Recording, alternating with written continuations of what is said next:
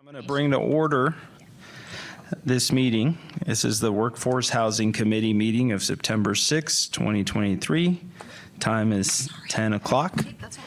And I guess we can start off. Chelsea, if you can help, just take roll call. That'd be great. Absolutely. Mike Fan is excused. Jonathan Rocha. Here? Randy Goodman. Here.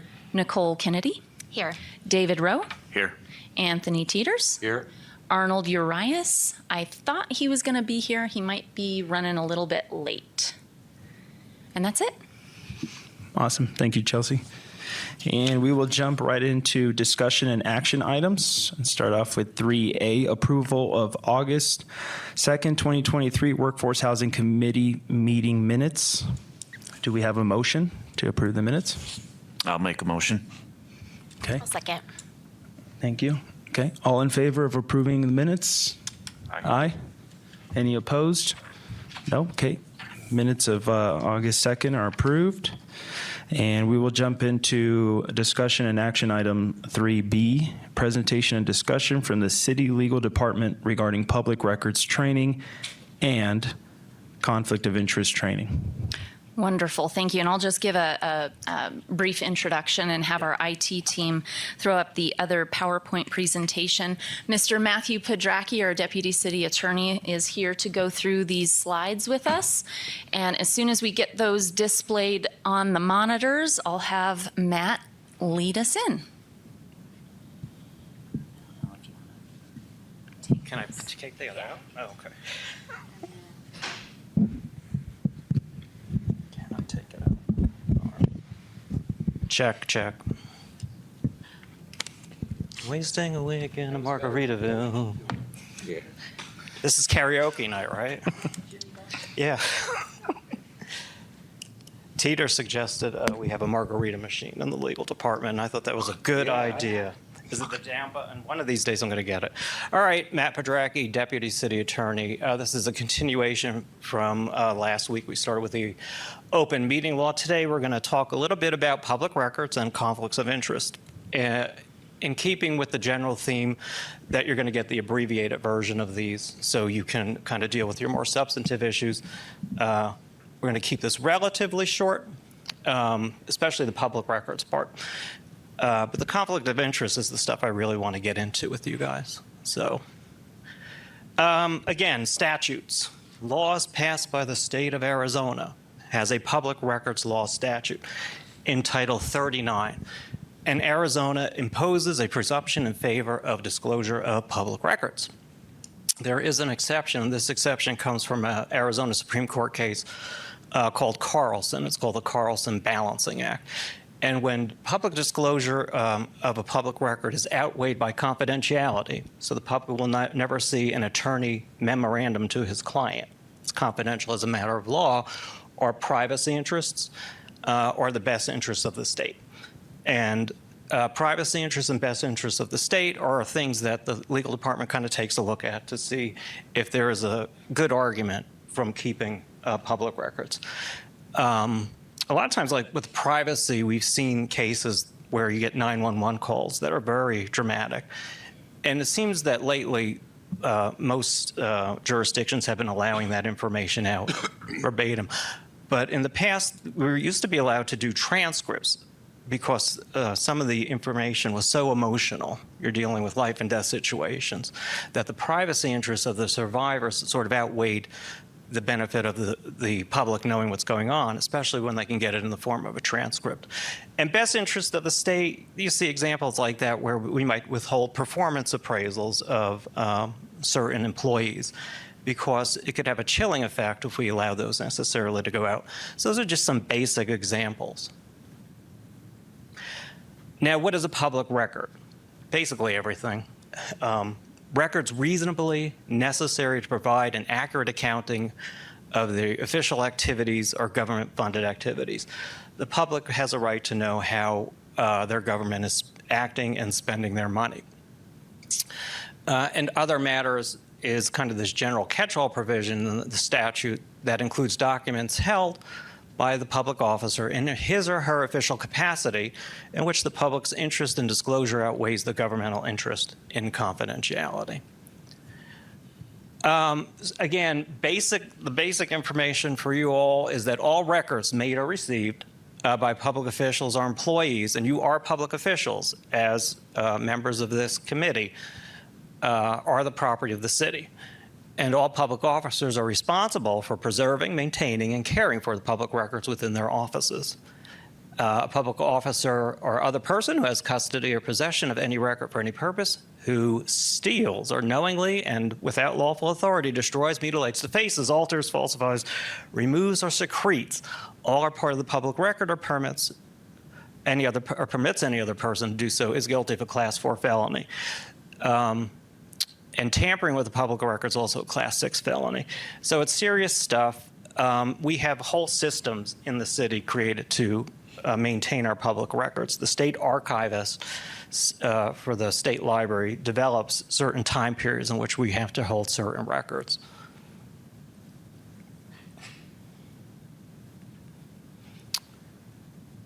We talked a little bit about the best interests of the state, so I'm not going to necessarily go over that again. That's going to be a legal inquiry for the legal department to kind of weigh in on. At what point does releasing information have an adverse effect on the general operations of the city? And you can't use the cloak of confidentiality to save an officer or public body from inconvenience or embarrassment. So be careful what you put in your public records. Be careful how you type your emails, because a lot of that information is public record.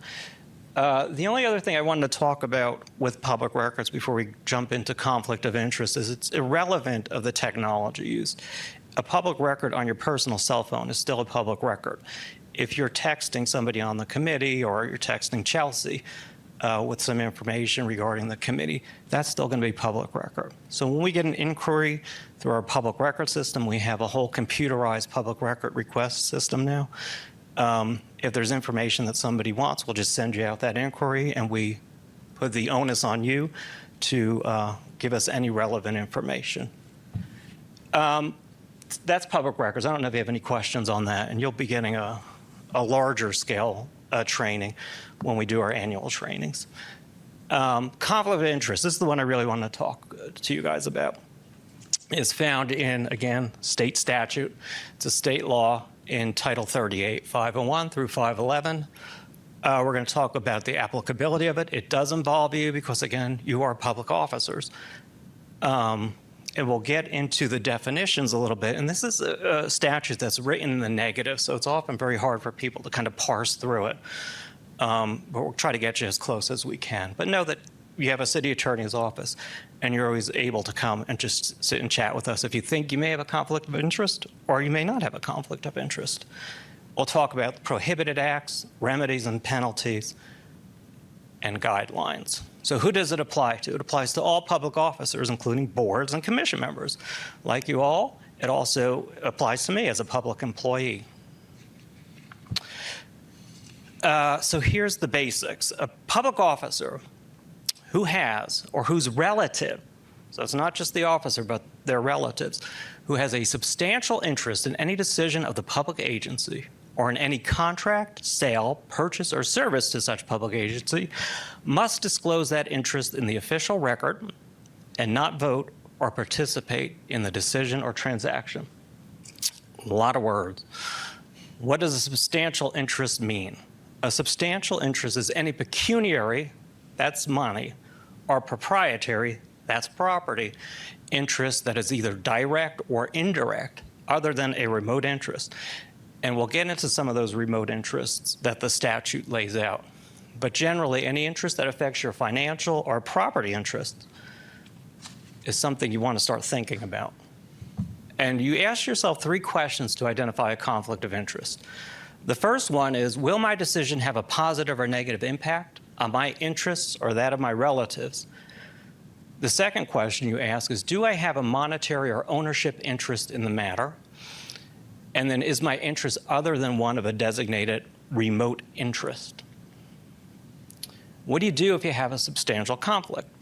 You refrain from voting or participating in the decision. You make the conflict known in the official record.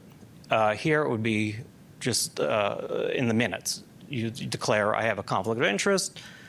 I'm going to now leave the room to allow the rest of the committee to discuss and maybe vote on an item.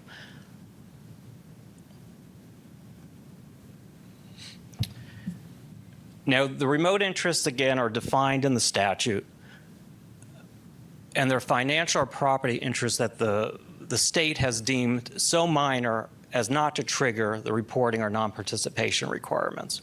So you can still vote and participate in discussions if you have what is called a remote interest.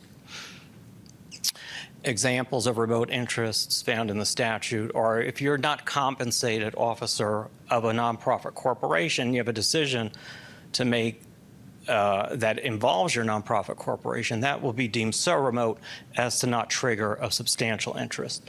There's a landlord-tenant of a contracting party exception. There's an attorney who's a client of a contracting party exception, members of nonprofit marketing associations, and owners of less than 3% shares in a corporation unless income from that ownership exceeds 5% of the officer's income.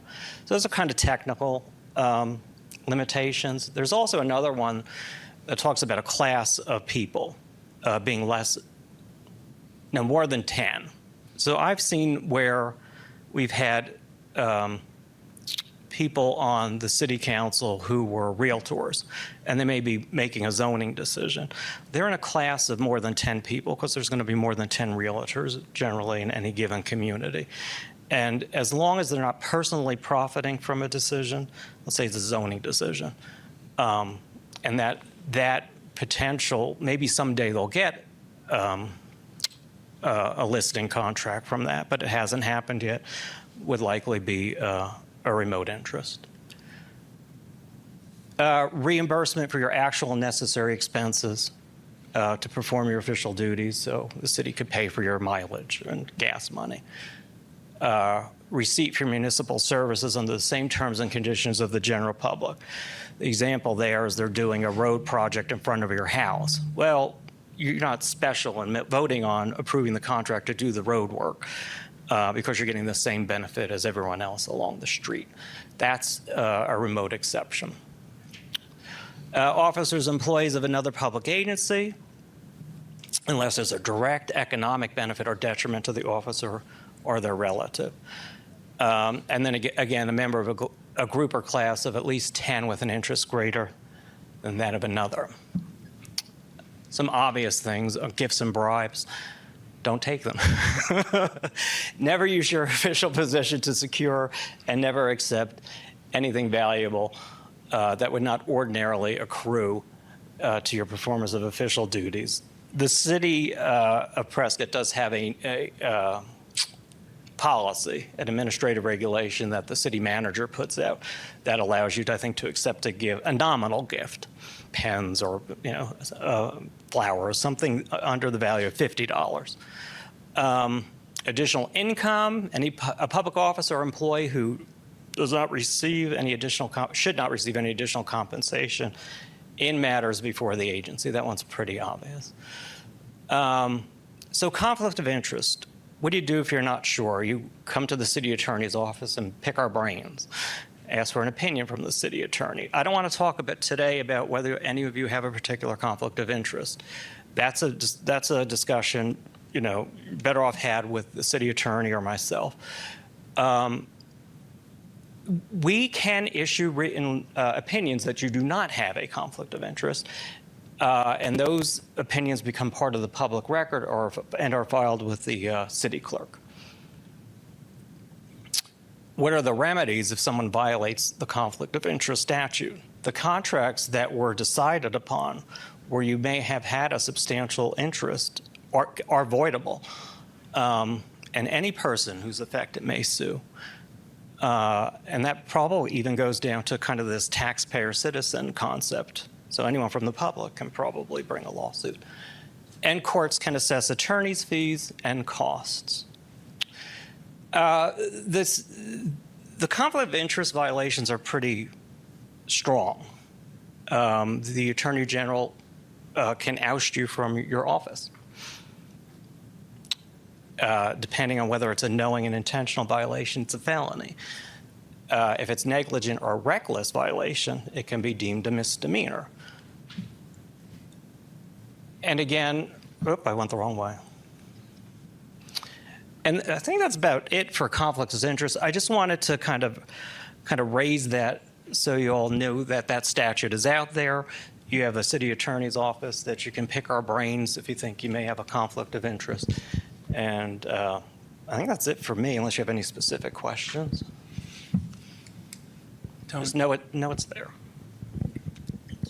No questions? Anybody? Everybody? Okay? Pretty straightforward All right. stuff. Thanks, Matt. Thank you, Matt. Are we ready to move on to the next one? Let's do it. All right. Finance Director and Deputy Director are here to speak with us about financial opportunities and possible funding sources. This item was actually introduced kind of by Randy Goodman at the last meeting. We took some time and spoke about funding sources. You know, you mentioned aptly so that there was a place to start, and money is a place to start. So Mark is going to speak to us about that, and there's no formal presentation. It's going to be more of a dialogue. So yeah, thanks, Mark. Thank you. Thank you, Chelsea. Mark Woodfell, Budget and Finance Director. I'm joined with Lars Johnson, the Deputy Finance Director. He's the brains of the operation. I'm just the face. But wanted to start off by thanking you guys for serving on this committee. This is a real hard issue to overcome, and I hope we can be as much help as we can be to get there. Chelsea met with us. We talked about different financial options, so we want to keep this more open. She mentioned some ideas that you had. We're actually very restricted because of the infinite wisdom of our state legislatures. They've really restricted what we can charge for various things. I know an impact fee was discussed or brought up. That has been significantly restricted. This would not be eligible for this. We went through the city's attorney's office to verify that, so there's no way to have an affordable housing impact fee on other development. Building permit fees, I understand, was also discussed. That, again, a building permit fee has to be related to the cost of providing that permit. It can't be beyond that. Anything that you charge beyond the fees to provide a thing is a tax, and we are restricted by our charter that we can only have a 1% tax without voter approval. So that does mean if the committee and council think, well, if we had a 1/10 of a cent sales tax to establish an affordable housing fund in the city, you could take that to the voters. And if the voters passed it, you could fund, a fund, whatever you decide to do with it, as part of that, but it would require a voter approval. Other ideas, the general fund, of course, is general public purposes, and council can allocate that, but unfortunately our general fund is very restricted. It's used for public safety and those things, which pretty much use it up. And the legislature, in their infinite wisdom again this year, decided that we weren't challenged enough, so they removed residential rental tax. Over the next 2 years will be phased out, which will end up costing the general fund $1 million. So we're going to have to come up with that for just to fund public safety. So I'm not sure there's going to be a lot of available general fund. Lars has talked to some other communities. He's going to get to that in a minute, but some communities like Sedona fund theirs out of their general fund. Again, not really an option here. Sedona is significantly structured differently than us, has a different structure than us. We provide fire, we provide police, we provide water, all these different things. They don't provide fire, they don't do water, they do wastewater, I think, which are enterprise funds, but so they have more money in their general fund than we do. What were the other, any other ideas you guys have thought about or were considering? Yes, sir. And reading the statute book, what about escrow fees for all escrow transactions that take place in the city? We talked to the city attorney's office about it, and we have our Matt Pedracki here to speak to that. I'm not sure that would be legal. That, again, would be a tax. There's a state statute that allows for it. It's voluntary, but there is a state statute. A voluntary fee. Right. That every escrow that takes place, the people that are conducting the escrow or buying or selling their home or whatever it is, they can either participate in it or not. It's voluntary. So But you'd it's part have of the a- escrow instructions. They have to check the box, basically. Okay, yeah, if we could get that reference, we'd be glad to run it by the legal department. Okay. And I know Lars has had a little time to look at what other communities like Flagg and Sedona have done. I'll look it up and I'll give you the statute. Yeah, shoot us an email on that. We'll run it by legal. But again, voluntary probably won't bring in tons of money. But No, but every little bit helps. yeah, What about Indian gaming? Where do we stand on? the local tribe distributes their money through the city of Prescott, but they designate who it goes to. I believe it's around 70,000 a year is they do, and they 5,000 to this club, that club. The city doesn't have any control over where that goes. Can we approach them as a workforce committee and plead our case? Or Certainly, they have a grant application period that, but again, their total allocation is 70,000 a year. Right. They generally only give 5,000 to any one group. Okay. I mean, because wouldn't they benefit from workforce? I mean, they hire workforce people. I would assume they would. Right. You just got to convince You gotta be a good them. salesman. Yeah, yeah. Any other? Yes, Councilwoman. Oh, sorry. Just to clarify, this escrow, this money would be basically excused if it had something to do with affordable housing. Is that what you're talking about? Right. Okay, so you'd have to be under that realm, that designation of affordable housing in order to have the escrow fee picked up by the city, or who picks it up? No, the person that's actually conducting the escrow, let's say you're buying a house here in town, and part of your escrow fees is this workforce housing contribution, or however it's worded. I'd have to go back and read the statute. And you can check the box to do it, or you can leave the box blank and you don't participate. I don't see it as a huge revenue source, but it's just another trickle that we can talk about. I mean, let's face it, we've had this conversation. Who benefits from workforce? It's the people that live here. And the affluent people especially, because those workforce people service them wherever they go in town, right? So if we can do our best sales pitch to convince people to participate in helping us grow the workforce, this may be a mechanism. When I talked to Mr. Worley about potential building permit fees, attachments, square footage, that kind of thing, that's a specific group of people. In other words, if you're developing in town and we were able to attach a fee, then there's a participation of a specific group. If we do something on a broader scale like escrow, then we have more participants, more people. It's not a specific group. But isn't that comes off more at tax time? That's something that the entity or the LLC would be able to write off at their tax, with their tax attorney.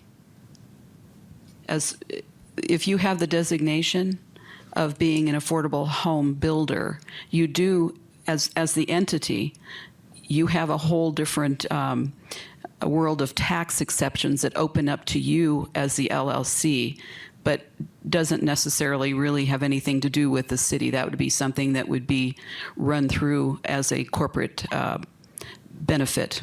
No, I completely understand that. That's not what I'm talking about. Okay. I'm talking about Mr. and Mrs. Smith that buy a home here in Prescott, and there's a contribution, a fee associated to their escrow to buy that home. And they can participate in that contribution or they cannot. It's not mandatory. So it's not a tax, it's a contribution. Do you understand what I'm saying? And then they can write that off. Yeah, they can write that off. It's just handled through their escrow. It's just another potential revenue source, you know what I mean? State statute. Yeah, I believe. Yeah, he's talking about just a contribution to a fund, not the tax benefit, the federal No. tax benefits that there are on affordable housing. I believe, Councilwoman, it's two separate things. Yeah. Let me have Lars come up. I'm sorry, Mark. Sorry, yes, just sir. to make a point there. So Chelsea, can we just write? So just to reiterate, it seems like the takeaway here is maybe approaching escrow companies, and as Randy puts it, kind of doing the sales pitch with them to say, can we have a box and the ability to contribute towards the workforce housing in the city of Prescott for all of the escrows that whether that be a Yavapai title, a Pioneer title, or something, because I think even George mentioned it. It seems like that's an option with election-related contributions. So I think it's as simple as just saying, maybe I'm wrong, Randy, just correct me if I'm wrong. You're saying approach the escrow companies, and then Mr. and Mrs. Smith, or the hundreds or thousands of escrow services that happen every single day, folks will have the ability to say, hey, maybe we have a sentence or two of what we're about here at the City of Prescott for workforce housing. Would you like to contribute as part of your, the only thing I don't know is how that money, if it's additional money to escrow services, or if it's a partnership with the escrow companies that they, out of their escrow fee, say we will carve out $150 or whatever, right? And have it go to this workforce housing entity. Is that fair, Randy? That's Is that pretty kind of where close, you're getting yeah. at? And Okay. I don't want to, I'm trying to find it right now, but Yeah. I'm struggling. Yeah, I'm but thinking you're saying the statute supports the ability to do that. to do that. To Yeah, it's a give, state statute that supports us the ability to do that. And it would just be an alteration of an escrow form. It wouldn't be a tax, Right. and it's, you know, No, it's a voluntary contribution. yeah. Yeah, again, please, yeah, if you could find Yeah, the I'll find it. reference, we I'm can under a little pressure look here, through so- it. that's good, Randy. We'll revisit that for sure. What's that? That's good. At every meeting, it's come up whether or not the city has the ability to waive impact fees. And I just want to kind of discuss that a little bit. Obviously, the legal answer is we don't. But the city can choose to pay the impact fees for a particular project. And that's one of the kind of maybe creative tools that the city has to help with economic development. It may be something that you may want to recommend to them as part of an overall strategy for workforce housing projects, that the city at least consider maybe picking up the tab on those. Well, again, the revenue for that would have to come from somewhere. So maybe the escrow fee could be a source to be able to pay impact fees on affordable housing. Otherwise, it falls to the general fund, which again is not flush with cash. There are some things other communities are doing. So unless we have another direct question, we'll have Lars talk about what Sedona is doing as far as what we've been able to find out so far. Is it all right if I just sit here? And I have Totally a fine. laptop. Thank you for allowing me to address this important work that you're doing. I think I'm not an expert in this. I've just started looking into what Sedona is doing, and I'm sure others are more well-versed. From the funding perspective, they do have a dedicated housing fund in the city of Sedona. As Mark mentioned, most of their funding comes from excess revenues in the general fund. They've contributed significant amounts there. Like for several years, they were doing $500,000 a year, and then they upped it to $750,000, and then last fiscal year was $1.8 million. This year, they're doing $12 million. So you can see they have significant excess revenues they can dedicate to this effort. They're in different position, different structure, as we mentioned. They partner with, when they get that dedicated fund set up, they partner with the Housing Solutions of Northern Arizona. It's a nonprofit. Okay, they did, great.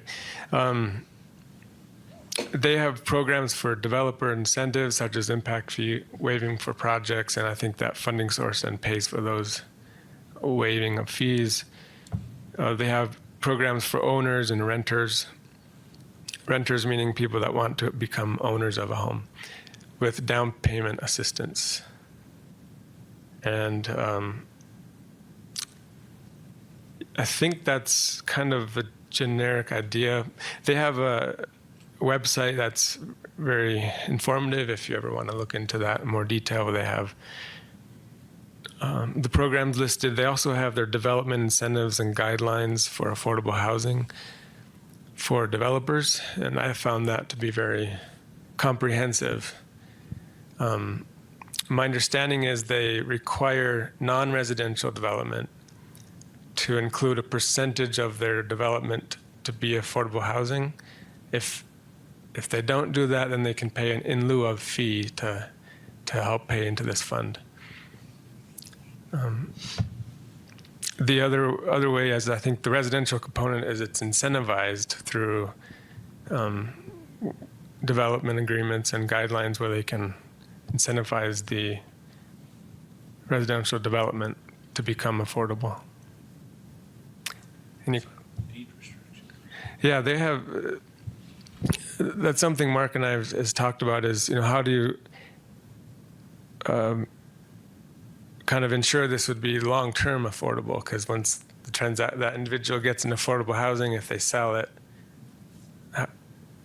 that's a question I've had. But it seems like in their guidelines, they can.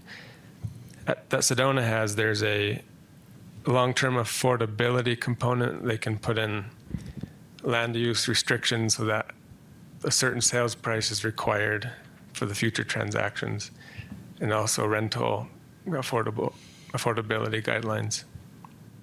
So I'm not an expert on the subject, but I wanted to at least fill you in on what I've learned from City of Sedona. And I was speaking with the finance director there. The flag staff, I didn't get to go into a whole lot of details there. They do have a housing authority, and I think they also work with that same partner that Sedona is using.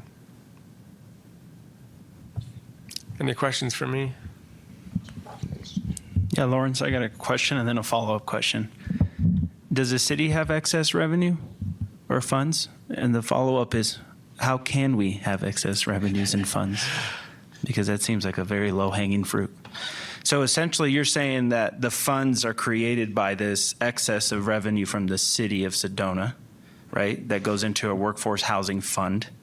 And then now the magic happens, right? In the workforce housing fund to be able to pay for impact fees, probably create financial assistance programs, yada, yada, yada. So those are my two questions, if we can start there.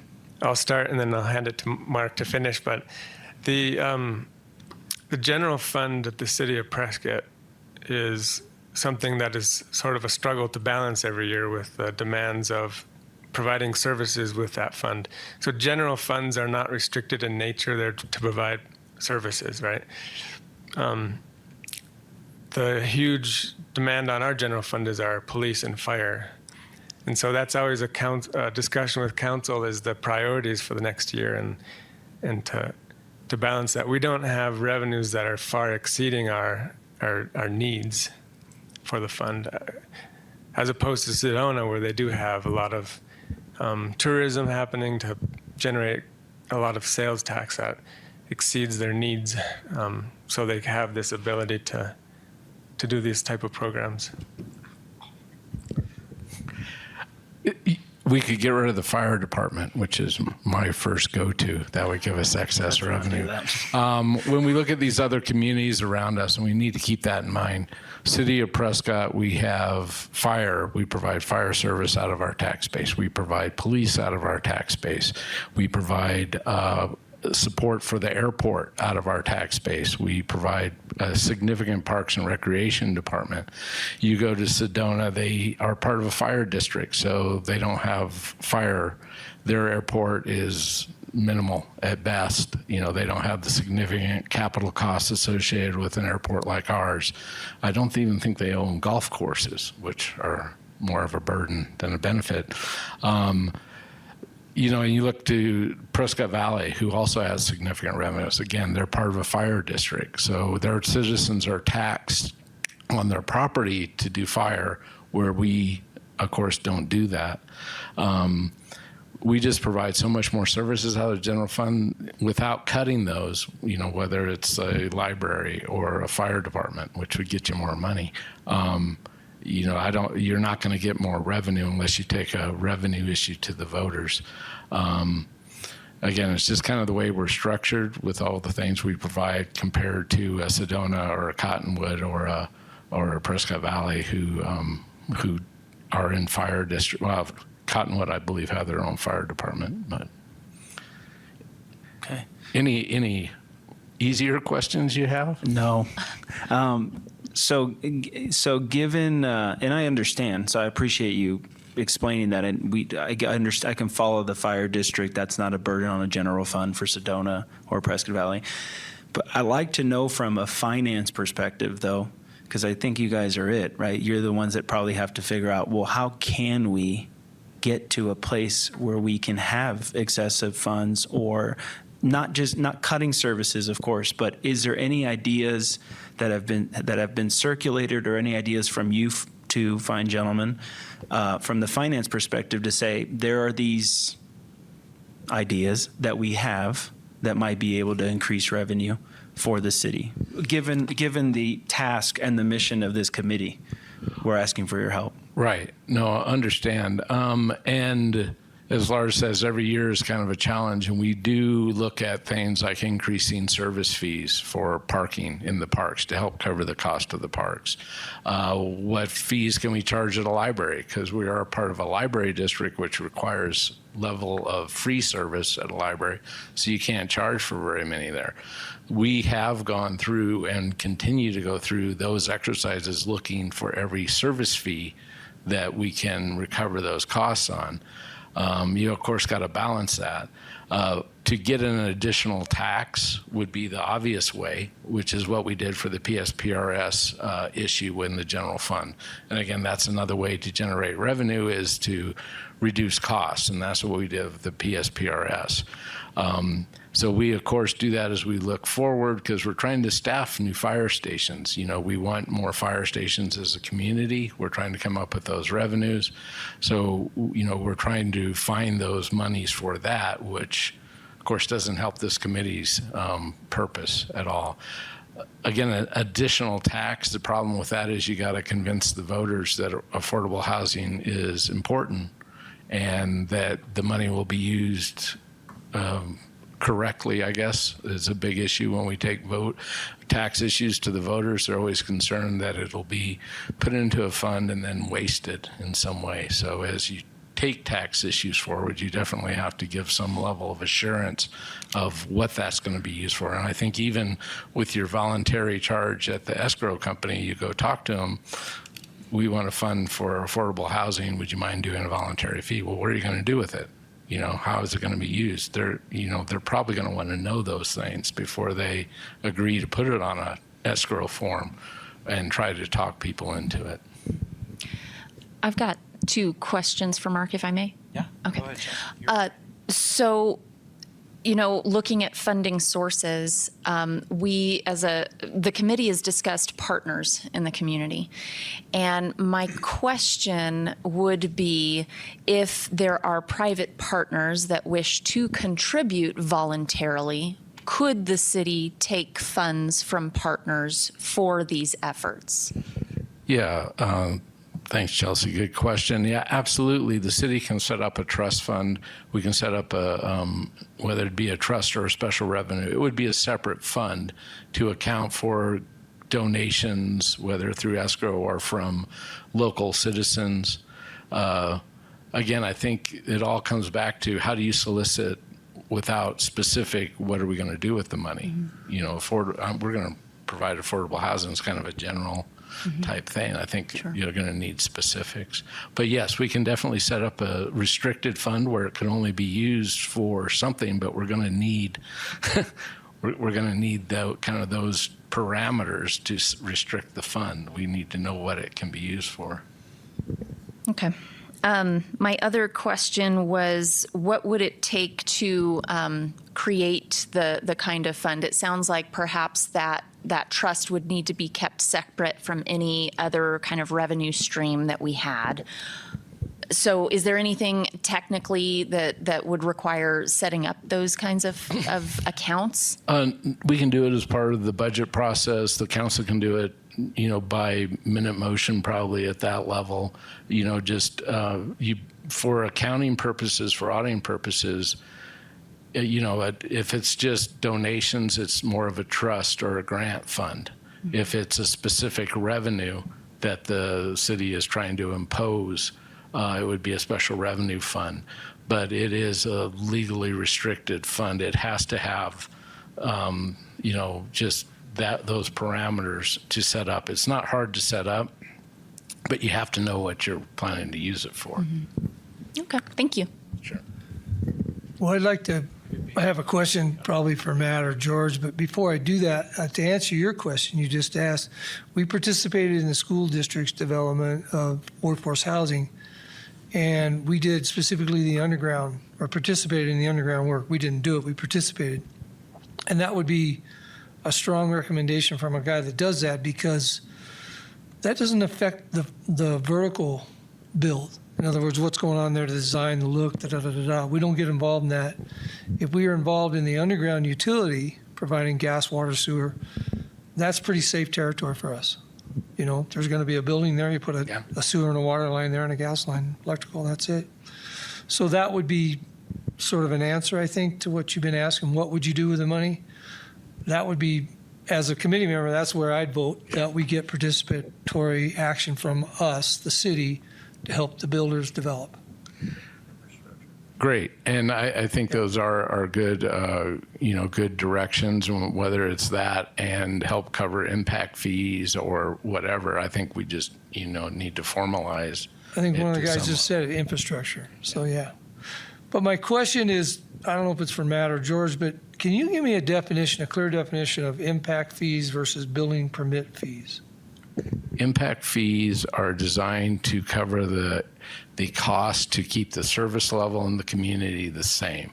So an impact fee, when you move in, you pay an impact fee for water and wastewater. That's to provide for the structure that's going to provide your water and wastewater, that without impacting me as a current citizen, my level of water and wastewater fee. You pay a police and a fire fee. That's to help cover the additional cost to provide police and fire to that new housing unit without reducing the level of service to existing customers. That's the impact, to cover the impact of that new growth on the services of the community. And a building permit fee is to cover the cost of administering the building permit, inspections and those type of things. So did I hear that housing would be part of an impact then? Is that what you said? No. Affordable housing for police, fire, and those guys? No, it's to provide the additional capital infrastructure needed to keep the police and fire service level the same for that new growth as it already exists for me as a citizen. I guess I'm not saying that very well. I think you did that then. It's to offset the impact you're creating by building a house. You add to the water and sewer system, you add to the demand on police, and the impact fee is to offset that new demand that you create. So that my service level doesn't go down because you built a new house. Well, I know I'm stretching it here a little bit, but when I speak to police and fire chiefs, they tell me that housing affordable is one of the hardest. Yeah, you're not going to get that in Retention. impact fees. Impact fees are heavily regulated by the state and Okay. their constituents. The builders have restricted it down to specific capital needs, additional fire stations, new trucks, not even replacement trucks, but a new fire truck or a new police cruiser needed for a new route. It can't be used to pay police officers or hire police officers or any of that. Well, I've got the microphone. I just want to say I'm working on something. I can't get into it yet. I'm not authorized to, but I worked in a city for 30 years, municipality, and we suffered the same things you're talking about every year, the general fund. And we instituted a program that serviced something to the citizens that they help fund in return. So it wasn't like there was a tax. It wasn't like they were contributing just voluntarily. They were getting something for it. And that program was very successful, and it's currently still in place, and it revenues about $13 million a year, and it's been operating in the black since the 8th month of conception. So it's a very successful program, and I really hope that, and I think that's, as committee members, I'm talking to my committee here, we have to think outside the box. If we have money to help developers build infrastructure, we've got some skin in the game, and we've got some teeth to really attract those affordable housing developers to come to our town. And we have some say. If we don't have that, we're kind of just full of hot air. So at some point, I hope we come up with some really creative ideas to help our citizens contribute to this, to incentivize them. This program I'm talking about that we did just that, but not ready to talk about all that quite yet, but soon. Okay, I'm done. I'll stop. Anything else for us? Oh, we have plenty. I just real quickly wanted, did you want to go, Nicole? The question, getting back to the issue right before this discussion, was about the fund. I'd like to know what would be the benefit of the city controlling the fund, because there's administration costs, there's all kinds of costs doing that, rather than having a large entity that has, and I'm just going to use a hospital as an example, they have a greater need. If we were, as a consulting body, this body were able to, again, legally structure the fund, wouldn't it be more in the interest of the stakeholder to have and manage the fund? Because once they're a private owner of the fund, they have a lot more control than we would as a city with taxpayer dollars. So you were, Councilwoman, you're talking about the hospital. Just as an example, I'm sure Right. there's many Us other. figuring out how to get these fees or whatever, and we give them to the hospital for them to administer and determine. No, I'm talking about the stakeholder buying in for their benefit, not. I mean, if you have an entity like a hospital, their interest is in having nurses and doctors and attracting them here. Yes, it does benefit as a secondary. It benefits our neighborhoods and our communities. But wouldn't it behoove a large entity such as a hospital to have a private fund that they control the fund? They control the outcome of it. They can do, control the rents. I mean, it's more of a private fund, the benefits involved in that, rather than a public fund. Now, not that we can't do both, because obviously we have interest in fire and police and some of the other city employees that we would like to be able to come here. But when you have a large stakeholder, what would be the benefit of the city controlling the fund when what we do with the money is much more controlled? Where a private entity had a private fund, they could control it much easier than we could, because then they can actually control how, again, rent control, or where the property goes in, because then property rights fall into place too. So what is the benefit of having the city own and manage the fund, administer the fund, or a private stakeholder? If I understand what you're saying, Councilwoman, obviously if it's a fund that people or that the hospital or whoever contribute to, it could be managed by anybody. It wouldn't have to be part of the city. I think, and I defer to legal, but if you're talking about somehow taxpayer monies are going into this fund. No, I'm not. Okay. Yeah. Then I think it needs to be held by the city. But if it's just, the hospital's putting money into it so they can attract doctors and nurses or whatever, it could be run by anybody. Well, I think what several questions have come up is, and I'd like to see this myself, where the city can define exactly what we can do as a city to incentivize the affordable housing and have that defined. I mean, somebody just asked, can we do away with the impact fees? Well, no, we can't. So that should be a helpful list for people that want to come in and step into the world of affordable housing, because affordable housing has its own definition. How do we get to affordable? And a lot of it is through tax breaks, but it's not necessarily on our level as a city. It would be on the investor's level. You want to buy a piece of property, you now have property rights. Now you look into the federally funded tax implication of that. How do you get to affordable? Those tax implications are one way. The building practices are another way. How do we build these homes and to make them affordable? Those are the things I think we need to have defined, maybe a little booklet for anybody that wants to come into our city and has all these questions. That's what we're here for. We cannot get rid of impact fees for them. What we can do, we might go through a process with community development to adjust a setback. I mean, those are the things I think I would like to have clearly defined. What can we as a city offer? And then what you can do as a private entity coming into our city, maybe have another, with links to all these tax implications I'm talking about, all the things that you get on a federal level if you want to invest in the theory of an affordable housing complex. That opens up a whole different world, but it's all through taxes.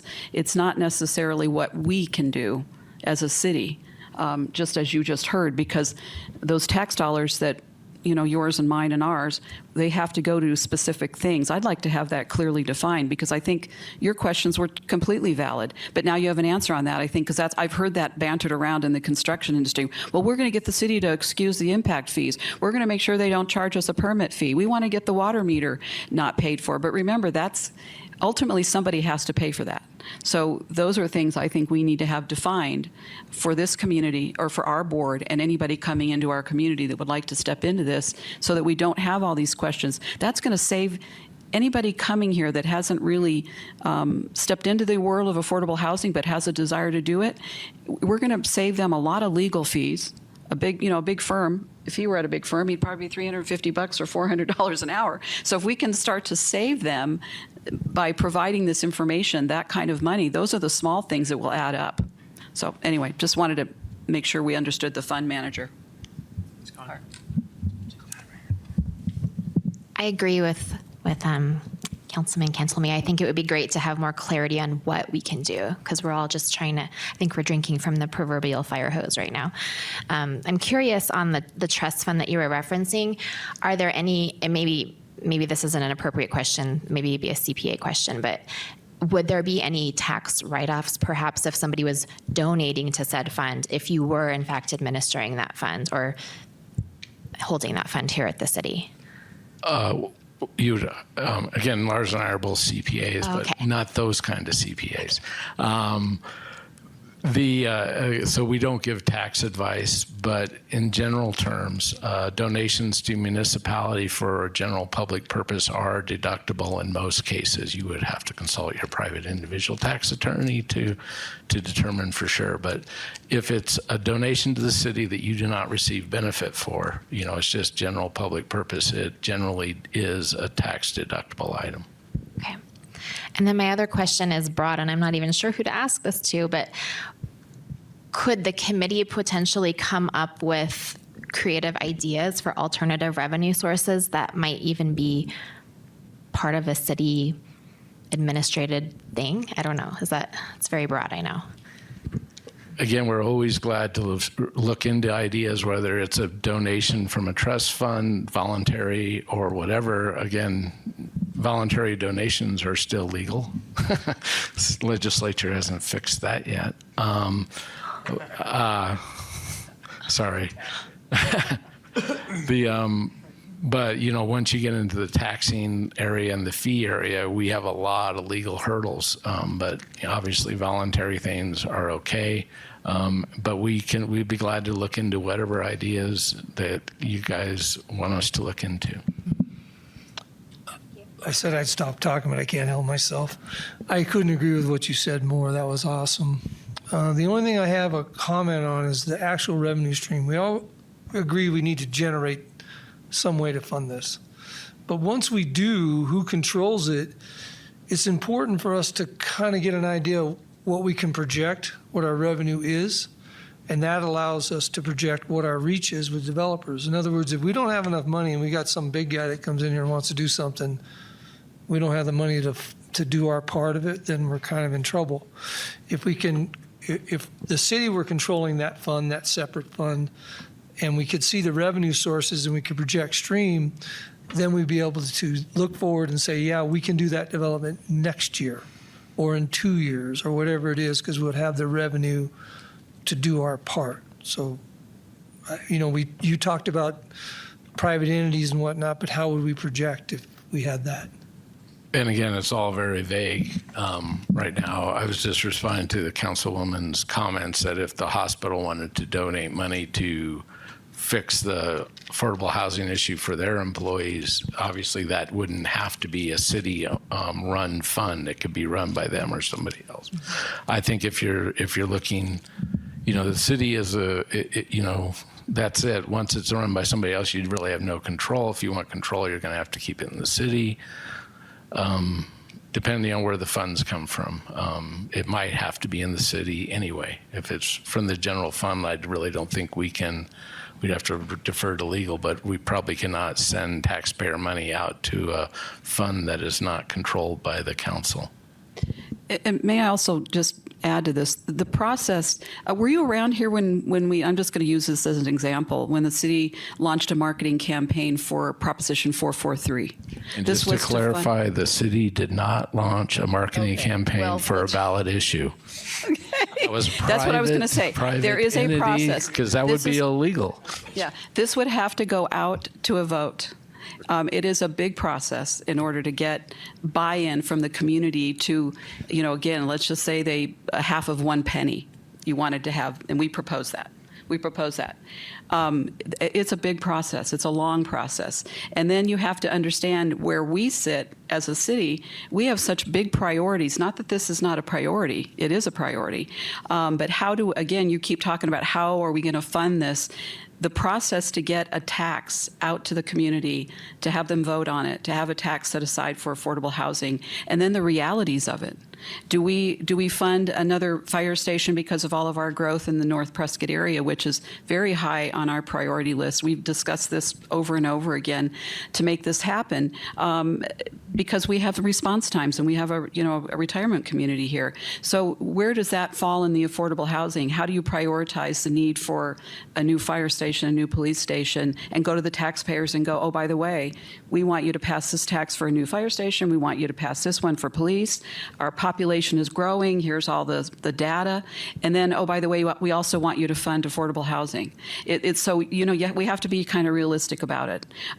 If I'm looking at this affordable housing issue as a business person, and I have looked into this, I think what we need to have available to people that want to, step into this as their own private investment would be to look into what they have today set up by way of these federal tax breaks. And we've got a lawyer here on staff that we can set some of this out to make it easier for them to do that, because I see this as a private business. There are people that make a lot of money on affordable housing, but it's the incentivizing on a federal tax level that makes the biggest sense, rather than coming down to the municipal level here. And I don't want to be a Debbie Downer, but I do want to be realistic about this, because several other communities have, had this problem. We have a unique problem here, just as Mark said. This city owns a lot of things, and we have to pay for those. I mean, like he said, the airport, recreation, the golf course, not that they're all making a lot of money, but that is the structure we have right now. So how do we, as a city here in Prescott, look at what we have already? Have you looked at our budget? That we just went through the budget process. There's just not a lot of excess money laying around there. And if we're being, again, realistic about what we have coming up, we have to figure this out as a committee and set up those points for people coming in and help them that way, I think. But thank you. And just a perspective of someone who's worked for the city for almost 4 decades. It hurts to even say it, but I've seen a lot of tax elections, and I couldn't even give you the count. I guess I should go back and count them, but only about half of them ever pass. So if you decide to suggest the council take a tax issue forward, as the councilwoman said, it's a huge effort to make that pass, and that's something the city can't legally and will not be involved in. We provide information, but there has to be citizens and interest groups that take that ball and run and get the word out. So it is a huge issue, just to reiterate. Thanks, Mark. Tony? Nope. Dave? All right. I think we'll get ready to land the plane here. We'll open it up right now for public. Howard, I know he has a question. I just have a couple questions, just to fire around questions real quick, Mark. And maybe this to you, Chelsea, is what are the rules around us? It seems like we don't want to keep these poor guys just hammering them with questions for finance, but it seems like it's a pretty important piece of what we're trying to work on. Is there the ability to replace a workforce housing meeting or voting meeting, whatever this would be categorized as, and set up some sort of a study session? Absolutely. Okay. Yeah. Yeah. We can take a regularly scheduled meeting and make it just a work session about one item, or we could have a specially scheduled meeting to go over that and have it, focused on one topic or several topics. Okay. And so I would just propose that to the committee, that at this point, it seems like these meetings are very formal. We're trying to get presentation data, collecting, making sense of it. Maybe at this point, it seems like we can have a study session to hammer out the nitty-gritty, kind of get into the details. And I think we can maybe do that through email if we can request maybe what topics or what types of. I think one of the things Councilwoman Cantelmi just brought up a little bit ago too was even just a very comprehensive list from the finance department's perspective of what can we do. I know we throw a lot of ideas at you and then you very professionally shoot them down because of statutes and because of whatever limitations we have on them. But I'm just saying at this point, maybe we just go and say, okay, finance department says these are the things that we can do. These are ideas, whether they're very conceptual. Maybe Mark's like, I have no idea whether this is going to pass legal or not. And then Matt gets into the hot seat of seeing if we can or not. So I'm just proposing that to the committee. Is everybody okay with maybe moving the ball down, kicking the can a little bit on doing a study session? And then, okay, good. And then a couple questions here real quick, Mark. So the grant trust account, if it is controlled by the city, how fast can that be set up? Well, the fund can be set up relatively quickly. The question is, how can you get revenue into it? The appropriation, a city can't spend money that isn't appropriated as part of its annual budget. So it could be part of the next budget cycle. If there is a revenue, if there are a potential for revenue, we could put in an appropriation so it could be spent. Again,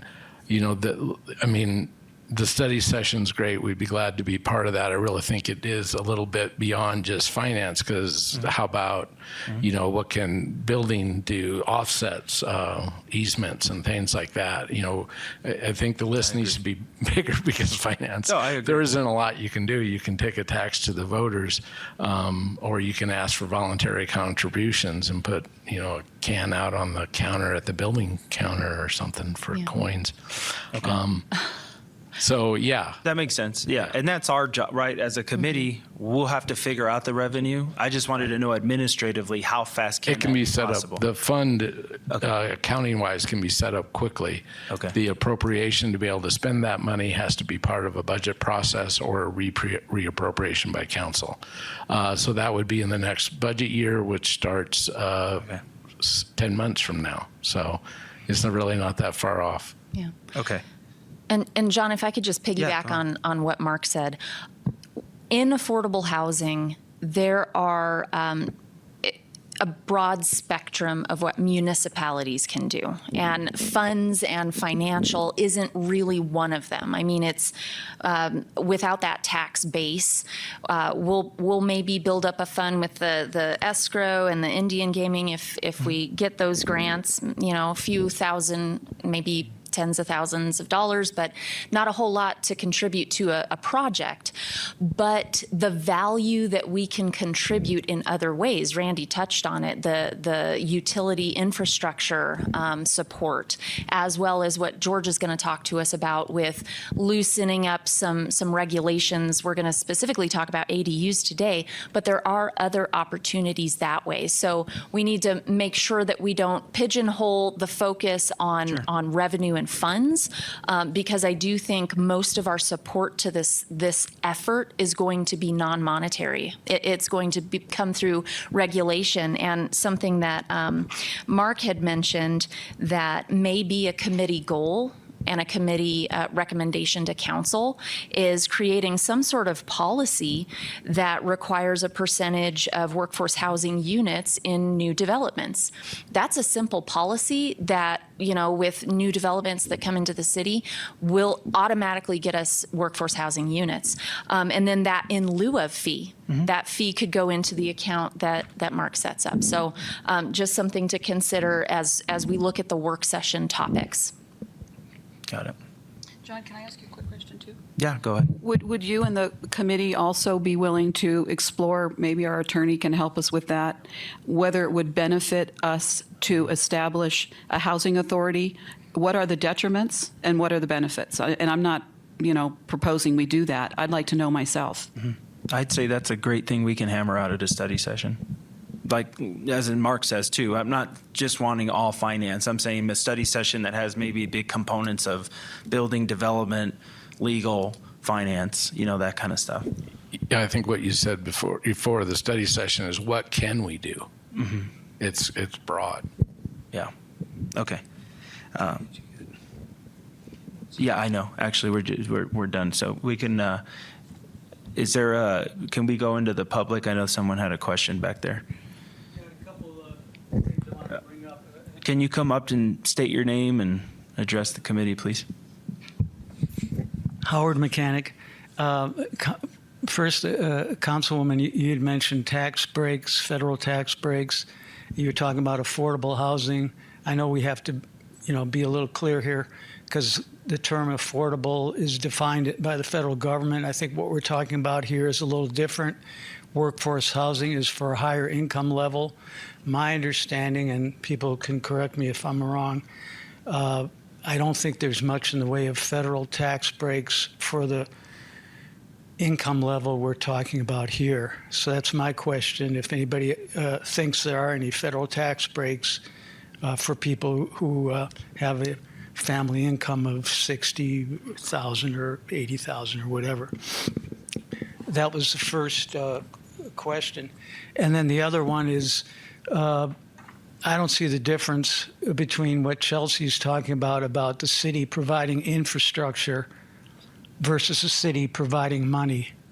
It's the same thing. So as far as the budget goes, when Mark's talking about the budget, it's the same thing. You either budget money or you budget infrastructure. There's no difference. Thank you. Thank you, Howard. All right, we're going to move over to discussion action item 3D, which is presentation and discussion regarding accessory dwelling units and zoning, which I think would be George Worley. Good old George. Thank you. And I do have a presentation for you guys eventually. ADUs are something you'll hear the terminology a lot. It's something that's come up with many municipalities. It stands for accessory dwelling unit. It's a secondary dwelling unit that's smaller than and secondary to a principal dwelling unit on a single family lot. What we would do in enacting that is effectively allow two homes on one single family lot, kind of counterintuitive to what a single family lot is. But the purpose of it and the reason for many municipalities pursuing it is that it allows for an additional long-term dwelling on a lot, usually smaller and therefore a little less expensive than a full rental of a full-size house. One of the things that recently occurred, the city of Phoenix modified their zoning code just earlier this year, to allow for them, and has a whole spectrum of requirements.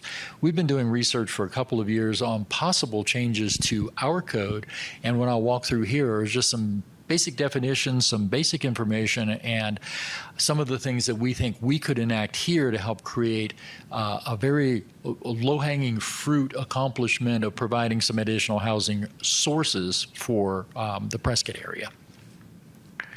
So I've already talked to you about what an accessory dwelling unit is. They can be attached to the house. They can be a separate dwelling unit. Typically, they are what most people will think of as, I apologize in advance to any mother-in-laws in the room, mother-in-law suite or a guest quarters on property. It can be a separate section of a house that can be acted or occupied independently of the principal structure. So it would have its own bedroom, bathroom, kitchen functionality, or it could be a separate building like guest quarters in the rear yard of a property. What we would propose to do, similar to what Phoenix recently did, would be to allow them in a rear yard and not have a rear yard setback for the main house, allow this to be in the backyard, so to speak. They are typically something that would be long-term rental. So for us in zoning and for tax purposes, 30 days or longer. It's not a vacation rental, which is shorter than 30 days or 28 days, I guess, depending on which code you're looking at. So we're looking at something that would try to offset some of the impacts that were created by some state law changes recently that I'll talk about. Right now in our code, guest quarters are allowed to be used by guests of the resident family of the principal house.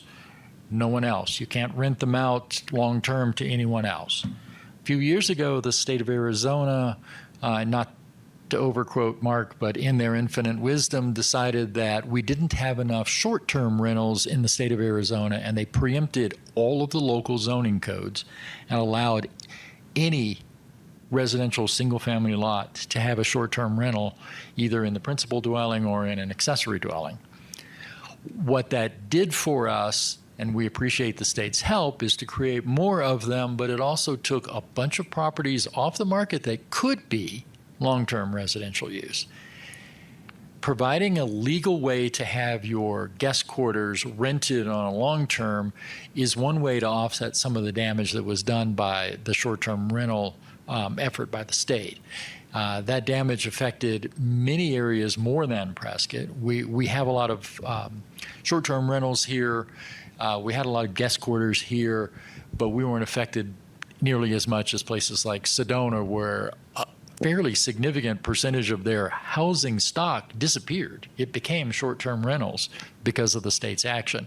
So what we're trying to do is increase that incrementally, not making major changes to the code, not making major changes that would impact the single-family character of the neighborhood, and allowing the small ADU with a smaller resident family in it, separate family perhaps from the principal dwelling, would be one way to counter that and provide some additional housing stock that right now we ourselves as the city of Prescott have tied up and not allowed to be used for long-term rental.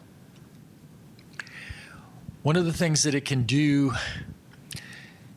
in adding that additional housing stock is to minimize impact on our infrastructure, because these will be primarily infill. There has to be a principal structure already there. So you're adding an additional dwelling unit, but you're not adding additional demand on water and sewer services to the degree that you would if you were building new homes. It would also not add additional infrastructure extension. So no new main lines, no new water and sewer lines into an area that doesn't have them now. So that minimizes the cost, and it reduces the long-term cost on the city, because once those lines are in the ground, they become ours to maintain. So we're adding infill units on properties that already have residential use on them. The impact to the city should be relatively low. We do have some things that we're working out that will offset other impacts. You add additional dwelling units, you're adding additional cars to the road. You're adding additional parking requirements. Those things need to be worked out as part of our program, but we have some really good examples from other municipalities that we can work from to help offset that. Currently, when we allow for a guest quarters that is guest of the resident family only, we require a parking space be provided for it. So we may have already addressed the parking issue by requiring one additional parking space for an ADU or guest quarters, either one. We asked the question, we had a general plan open house recently, just last week. We had 200 people show up and participate in it. It was outstanding. It was 100 people more than anything we've had previously for general plan meetings. So we were very happy about that. We asked about guest quarters as one of the housing options at that meeting. And by a 2-to-1 margin, people were in favor of allowing them. They're not an uncommon situation any longer. We have a lot of residents who've moved here from west of us.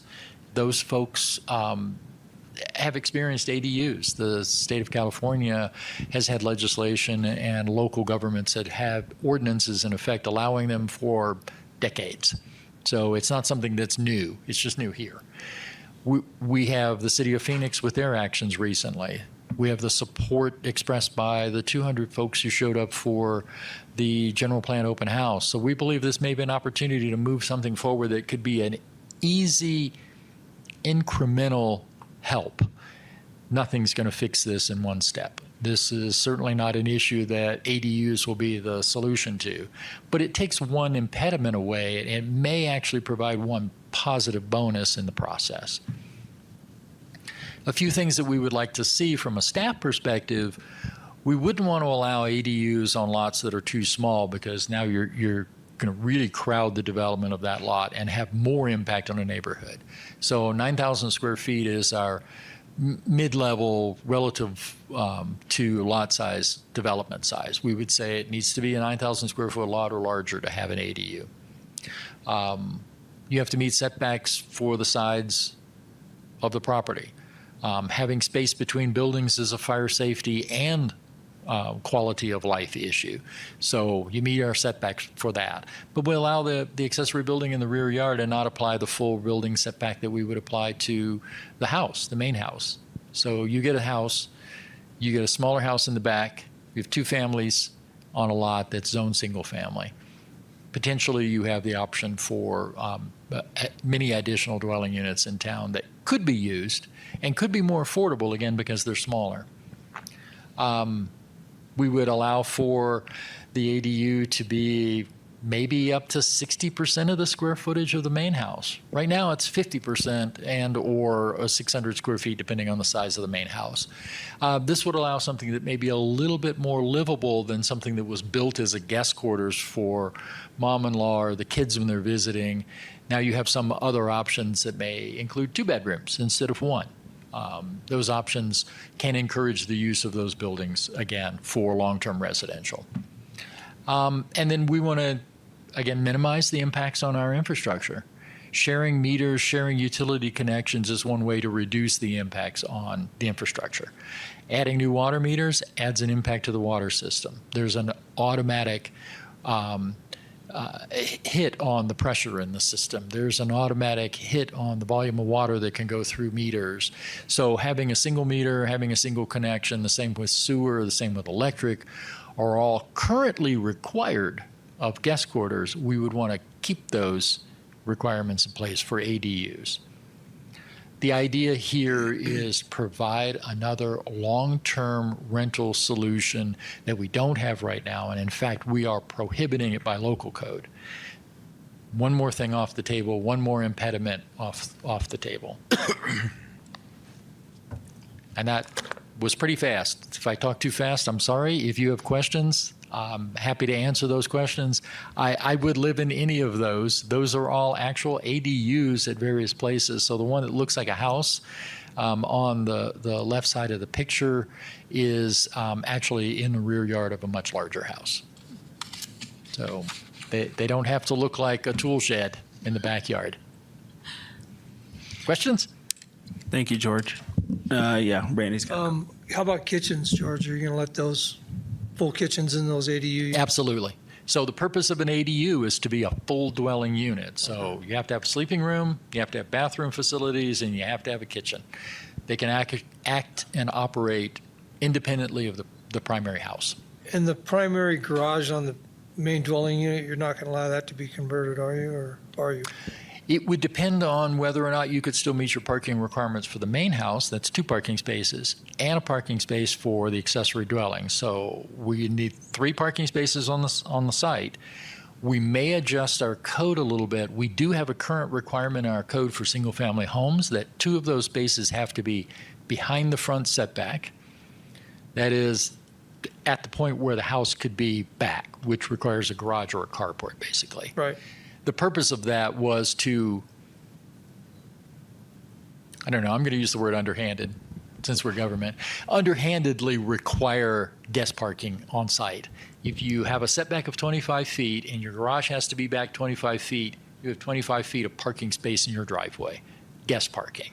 That's not parking on the street in front of the house, it's parking in a driveway. Right. That would be something we would have to look at. Allowing the garage to be converted and not providing spaces somewhere else could push guest parking into the street, and in some neighborhoods that might not be appropriate. We have a lot of older neighborhoods with very narrow streets, and we would have to look at particular areas. To do this, many cities have done it simply by zoning district. If the district allows a certain size lot or larger, then you're allowed to have the ADU on the property. So it's strictly by zoning district. Other places have done it geographically. They've actually looked at street conditions or utility infrastructure and either included or excluded those areas depending on whether or not the ADU creates a burden on the city or a burden on the other property owners. So we haven't worked that one out yet, but we do have places in town where on-street parking would be an issue. Hey, George, I sent over the city of Phoenix to you Thank you for yesterday. And our association's working really close with Phoenix on language and what is an ADU, what is going to be allowed as an ADU. Are we going to be real careful on language with us when we start putting that in place? Is HUD, IRC, what's going to fit? I think one of the issues that we would want, because it's long-term rental, is that the dwelling units be more or less permanently placed. That doesn't mean that they have to be site-built. And I think we can include language that will allow Permanent flexibility. foundation. Right. Yeah, okay.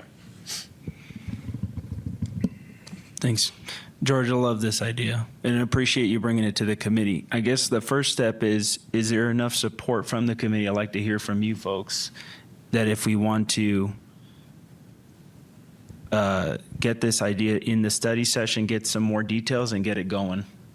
Is it low-hanging fruit for us to move forward and put it at maybe as a potential study session line item? I think there's things that come to mind that I don't think we have to hammer out now, but I'm thinking obviously seeing the current language around ADUs. Maybe that even could just be emailed out to us, Chelsea. Actually, if I could offer a suggestion. Sure. If, and I've seen a bunch of heads nodding, Yeah, if we I have agree. enough support to pursue it, what we will do is create ordinance language to Great. amend the code. That was my and bring next that back to you. So you'll have some concise document to look at rather than just the broad topic that I've Mm-hmm. talked about. I know that the city typically on any new drafted language has the existing language with red lettering of new language. If there's, I would say at this point, if you're all for it, let's see a language or a draft language on this new proposed ADU policy. Questions for you right now, or maybe things we can hammer out down the road is, time frame. How fast can this happen? How quickly can this become policy?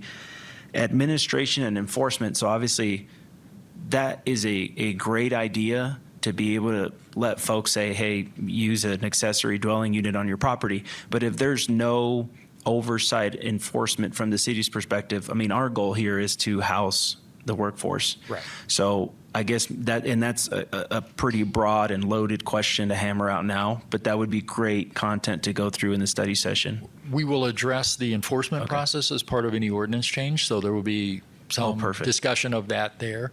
As far as the timing goes, we would draft up something for you and bring it back to one of your subsequent meetings.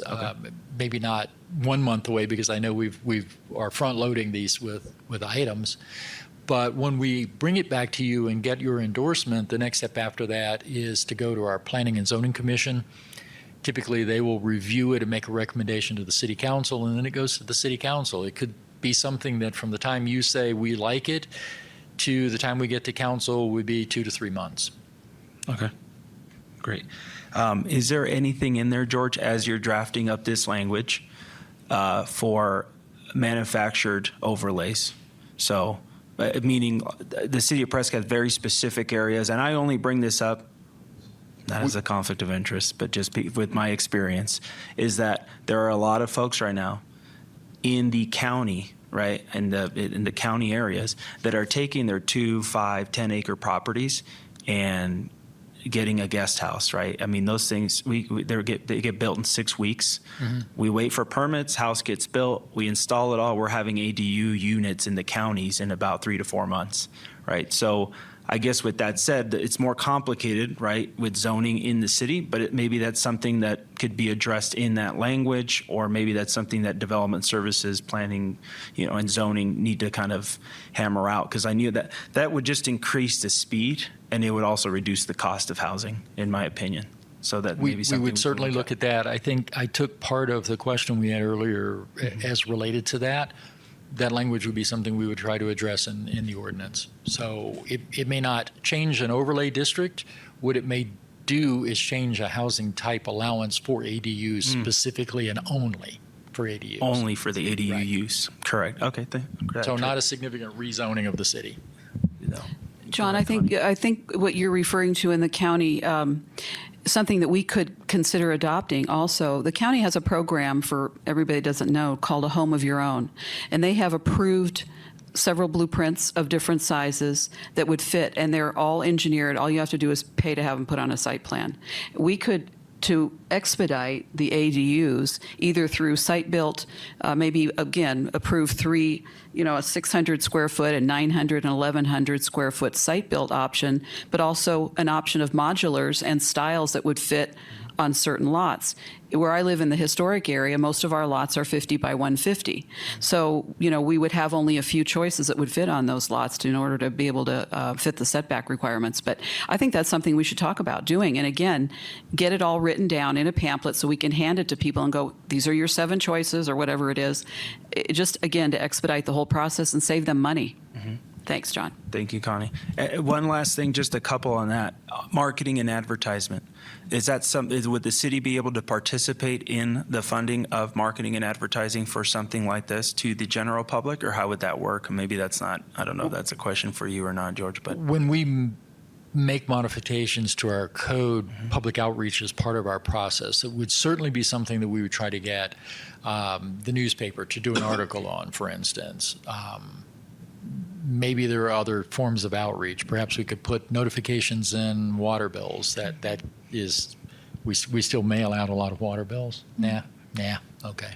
It makes it a little bit harder. There are ways that we can make an outreach. We can certainly make sure that people know this is going on, and we'll get feedback. Yeah. And just real quick to Connie's point, we're essentially talking about incentivizing owners to either use their current ADUs for long-term rental with this code change, or potentially build an ADU if their lot size can accommodate one. So I think putting together like a pamphlet that talks about all the incentives that are offered through the city for that, reduce setback, maybe if we can get the manufactured housing overlay or type specific for ADUs, that would be something that I think as something that the city would offer, it would be appropriate for us to put some pamphlets together and let the public know that this is something we offer.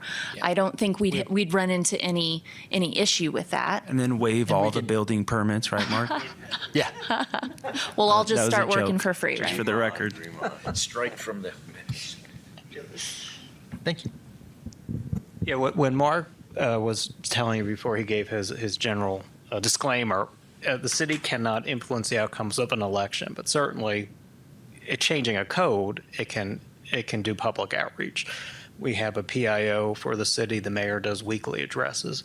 So yes, we can market this, for lack of a better term. Got it. Thanks, Matt. Sorry. What about also, would you all be interested in having a tax accountant that specializes in these write-offs come and speak to us at some point, especially if you have people that are interested in investing in, affordable workforce housing? Maybe they could also talk to us about the potential write-offs for anybody interested in that. Yeah, I think that's a possibility for the study session. I think maybe, Chelsea, where you can help the committee is laying out what we've talked about here for the potential line items to hammer out in study session, and just maybe prioritize those things to not have a crazy amount Absolutely. of things. Just Yeah. to keep it moderated enough. Yeah, we can definitely do that. And just hearing the conversation and taking notes, it sounds like we're actually coming up with a list of recommendations for council to consider. This is only our fourth official meeting. So I want to make sure that even though we feel like we're not moving fast enough and it's a huge topic, we are starting to cull out recommendations that this body can make to council, maybe even at the end of the year or the beginning of this coming year. So absolutely, we can work on prioritizing those for a work session, and I'd probably recommend only having like 1 or 2, no more than 3 items at a work session as we really dig into the guts of those. Okay. Is the committee in favor of making the next scheduled meeting for this Workforce Housing Committee a study session? Are you guys okay with that? Yeah. I would actually, I think if we meet one time a month, it's going to take this thing forever, in my opinion. So maybe we still have a meeting, but periodically have work studies on a different day. Or number one, we can spend more hours at one time, hash out things, get them done, and then move on. Because I think at 2 hours or 3 hours once a month, I may not live long enough to see this thing in. And I hate to be frank. So far. Huh? You've done okay so far. Yes, I have a good wife. She says I'll die when she's ready. So, but I don't know. We just need a little more time where we're not so much restricted by all of this, item by item by item. Let's come up with something we're going to work on, hash it out in one meeting. If that takes 2 hours or 3 hours, I don't care. I'm retired. But we'll accomplish something, get something done, and move on to something else. Because the most important thing is we have to come up with a basic plan of what we're going to do, what we want to achieve. Because earlier when Mark said, if we get money donated, you need a plan for people to donate. That is a fact. Every major corporation won't give you a nickel unless you put the program down. Here's step 1, 2, 3, here's what we want to do. And most of those corporations are doing, if you do it now, it won't be till sometime next year if you're not too late for next year. The bank I worked with, they're already done for next year for all their participations. So you'd be into 2025 if you went to them now. So, but they all have to see a plan. It doesn't have to be an approved plan where everything is going to be done on it, but here's where we're trying to go. We need this for this for this kind of money for this kind of help from you as a whatever the supplier might be that would donate pipes. I don't know. But you need that plan or you're not going to get any participation or very little by any corporation out there. Because I had to be on those committees at the bank I worked for, and if it wasn't a complete plan, it never even got talked about. We're not going to look at this one because they're lacking. Sorry, let me just. But I can help Okay. you I can help the committee put what they're looking for the corporations, because I was involved in that for decades. So, Sure. so you cover most every item you need to have in there. That's Okay. just- No, I appreciate that, Tony. Appreciate it. So what it sounds like is maybe we can invest a little more of our time to try to make work study sessions, meetings, right? Get into the weeds, get our hands dirty, get productive, and get ready for these types of meetings. Is the committee okay with that for time allocation? You folks okay with that, to do that? Okay. So maybe that's what we can work on, Chelsea, on the back end, is to see maybe what would work best for everybody. Yeah, Good luck. absolutely. We can pull together some topic considerations and send out a list, and then have every committee member rate, what are your top 3, and then at the same time throw out actual dates. Now, my question will be, are we looking at dates between now and the October meeting, or do y'all want to look at dates after the October meeting? I don't know what everybody's schedule looks like here. Well, Nicole, you're gone, right? I'm missing the October meeting, Okay, unfortunately. you're going to miss the October meeting. Are you out the rest of this month, or? I'm gone a lot in October, but I could definitely do something this month if you guys Okay. are open. Okay. Well, I'll just throw out dates toward the end or middle of September, as well as the end to middle of October, and we'll just go from there. Okay, that'd be great. Thanks. Did you have a question? I just want, I don't know.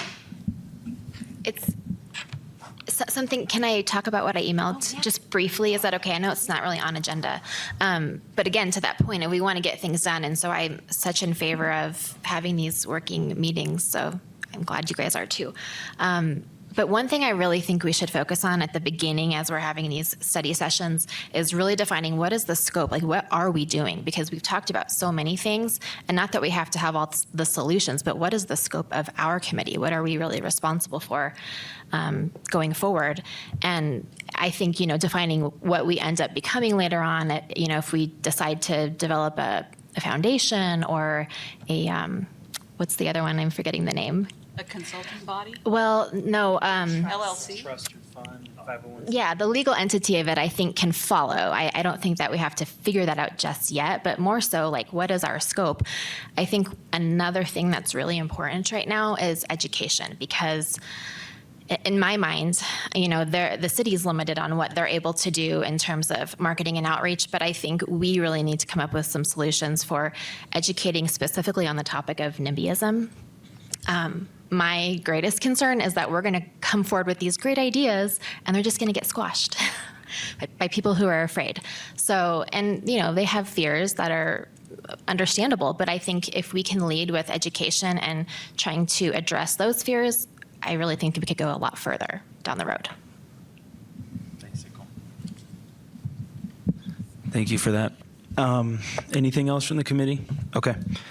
Moving on, done with discussion and action items, Yep, go ahead.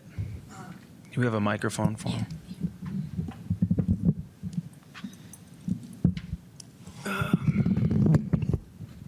Howard Mechanic. I support this pretty much, the ADUs. The question is, how does it relate to workforce housing? You didn't mention workforce housing. As a matter of fact, City of Phoenix is voting today on that proposal. You said they already had it in effect, but okay. In today's Republic, there was a op-ed written by a couple guys who have a company that's built ADUs. They built 76 in the last couple of years. And they talked about how they're helping provide housing for certain components of the population there. Nothing they mentioned addressed workforce housing. The 76 units they built were primarily for grandpa and grandma. They were primarily for visitors, or some were for adult children. As you know, some of them can't afford to buy a house. That component may address the workforce housing issue. So I think the fact that this would be smaller housing units, I mean, most of the housing units built in the city of Prescott are 3,000 square feet or something like that. So obviously, if you're going to provide smaller units, you have the ability to have lower costs. But the question is, who's going to live there? Is it going to be Airbnb? Or what? How many units of workforce housing will this proposal lead to? Let's see an estimate based on what people would build in their backyards and how much that will solve this issue. Because a lot of people will build these units. The question is also, there's concern in the community and on council as far as water use, as far as growth above our projected growth.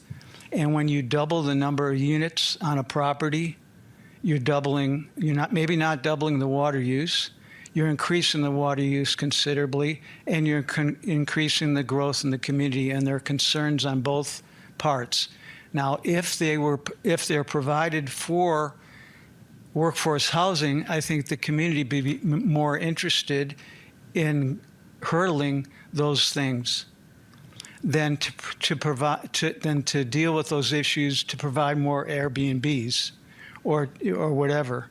So my question is, what can be done so these units, or a large portion of these units, can be used for workforce housing?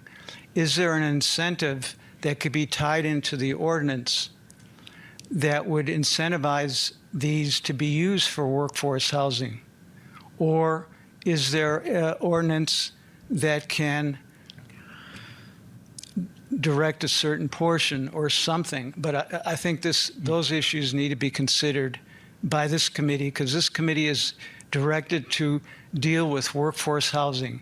And this is somewhat related, but you need to deal with how this can help workforce housing. Thank you. Yeah. Thank you for your comments, Howard. And just to be clear, just for everybody in the committee, I know we went through that really quick, but the intent of this committee is to discuss, obviously, discuss the parameters, the new language of what we're going to be looking at a study session for the use of these ADUs to be workforce house related. So we are going to do that. Appreciate your comments, and that's something that we're going to get in the weeds about for the study session. Moving on to item number 4 in the agenda, which is updates, staff updates regarding survey results and future agenda items. Chelsea. Awesome. Thank you, sir. Real quick, we've kind of touched on a lot of the upcoming agenda items. So what we're going to do is send out an email with those work session topic considerations. Real quick, before I jump into that, though, wanted to update you on the survey. So everybody received a copy of the survey. We finalized the survey questions, and I wanted to thank Nicole for an awesome suggestion. We're going to send it out internally into the city organization first, just in case there's any questions or any kinks we need to work out on the technical, questions. Do people understand them? So I believe we've already done that, and we're just waiting for feedback from staff and from the organizational leaders that received that survey. And then we'll probably send it out toward the end of this month for our stakeholders to consider. And then we will likely update the committee at November with where we are in collecting that feedback. Future agenda items, so obviously looking at additional finance options, we'll investigate the escrow fee, look at what the timing is on grant applications for the tribe and the Indian gaming, and then whatever else Randy has to share from the finance perspective. And then back to the incentive package, it goes in line with what Councilwoman Cantelmi was talking about regarding both ADUs incentives and then these developers and builders, because a lot of the tax incentives, the LIHTC tax credits, the 9%, the 4%, those are administered by the state separate, but we should at least let these folks know what those options are. So that's just a future agenda item. Reviewing the housing element for our general plan. Tammy DeWitt, our community planner, was here at the last meeting to let you know about the open house and also the upcoming review of each of the general plan elements. And there is a housing element in the 2015 general plan. Now, this is an update. The 2025 is an update to that plan. So what I'd like to do is circulate the existing verbiage to everybody to read, and then maybe not at the next agenda, on the next agenda, or maybe at a following agenda, we can look at some goals or language to add or change for recommending back to the general plan committee. The general plan committee, I believe, has us scheduled to possibly speak on the housing element later this year. But this kind of goes in line with everything this committee is about. So would definitely like to get this in front of you and take a look and talk about it. So the general plan will be a good way to cast a vision for the future as to what workforce housing should look like for the community. Chelsea, I'm sorry, on that real quick. Where are we at in that general plan process? So essentially, when are we looking to make the recommendation or adopt that general plan? So right now, the committee just had the first open house. The committee was formed, I think, back in September of last year, and they've been going through information gathering, presentations from various various city departments, just getting a good basis for the update. Staff is going to be taking element drafts to them this coming month or maybe the next month. So that, I believe, won't go forward for consideration through the public bodies until next spring, summertime. And then it'll be on the ballot. George, help me. Is it going to be on the ballot in 2025? We're shooting for the August election in 2025 that's the conclusion of the process. But next year is when the drafts will get finalized and go through the public process. Thank you. All right. And then some other future agenda items, presentations by developers. I know Randy has provided us some names. We also discussed Arnold at the last meeting mentioned DJ Sheridan with a realty group looking at working with a developer out of state on workforce housing specifically. So we have a lot of opportunities for presentations. So I'll welcome any feedback on future agendas, but it sounds like you guys are really wanting to focus on what we can do and how to start. So. True. Yep. Yeah, Agree. okay. All right, well, that's all I have as far as staff updates are concerned. I'll get those work session topics circulated as well as some dates on when we can have those. Great. Okay. Awesome. Thank you. Do we need a motion to adjourn, Matt? Yeah. We do. Okay. Can we get a motion to adjourn? I move we adjourn. All right. I second. Okay. Great. All in favor? Adjourn? Aye. Okay. Tag team. Meeting is adjourned. 11:45. Thank you all.